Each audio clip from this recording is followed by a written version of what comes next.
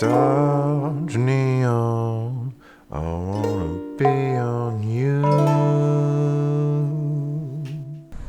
Most people know what a neon is. They may not have ever thought about a neon, but they were the background car of every suburban neighborhood in the early 2000s. I bought this neon to have something to drive while my main car was undergoing some major repairs. And now that I've been driving it for a while, I've grown pretty fond of it. The Dodge Neon initially premiered in 1991 as a concept car. It was the first project designed by the former AMC employees from the recent buyout by Chrysler. It featured 4 power sliding doors opening from the center with no B-pillar, like a Nissan Stanza wagon. It was a futuristic 90s bubbly beach car. What we got in production was a practical, cheap, sporty-ish sedan. This Neon is a second-generation base model. It features a 2-liter, 4-cylinder single overhead cam gas engine, producing 132 horsepower at 5,600 RPM, and 130 pound-feet of torque at 4,600 RPM to the front wheels. It has a 5-speed manual transmission, roll-up windows, no AC, and a stylish rear wing. When I first got into cars about 10 years ago, I would have never thought about buying a Neon.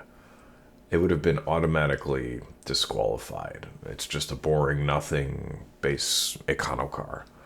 But in 2026, I find its simplicity refreshing. I never thought I'd say this, but I wish they made more simple cars like this. We live in a world that is cluttered with social media and electronic smart devices everywhere, and having that in your car connecting to your phone just takes away yet another space for you to just enjoy life in the moment and experience things as they happen. There was a video by Matt Querio's Cars that first brought this to my attention, and I drive an older vehicle, but this isn't something that quite hit me until I drove an old car without a Bluetooth radio. Driving this simple Neon with its manual transmission and simple interior brings me back that space to reflect and decompress from my day.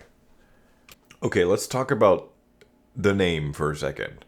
So in the US, this thing was marketed as the Dodge Neon. But in Canada, where I'm from, it's called the Dodge SX 2.0. Everybody still calls it a Neon. I call it a Neon. I'm calling it a Neon right now. But here's the thing.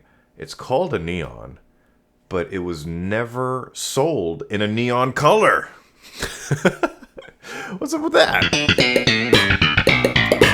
I want to talk about the interior for a minute. Apart from the radio, there are no hard lines on this thing. Everything is a curve. This car came from the era of the curve. Growing up, my mom had a Plymouth Voyager of the same era, and they had the exact same climate controls, and I thought they were fucking ugly. But now, in this era of figuring out a goddamn puzzle to control your climate, these controls are based, they are goated. Every car should have these. They're amazing. The end. How do you turn on the interior light? Usually there's something here, but it's empty. There's nothing here. There's no buttons here. The only button here is for the rear defroster. There's nothing down here. Nothing in there. Where is it? Well, it's in the driver's side turn signal stalk. It's this little thing. So if the passenger wants the light on, they got to get permission They gotta ask the driver, can you please? This car sounds pretty good after you get it above 4,000 or 5,000 RPM. It's amazing how much fun you can have with just any old, cheap, light, manual car. Just throw it around in the corners and fresh bread.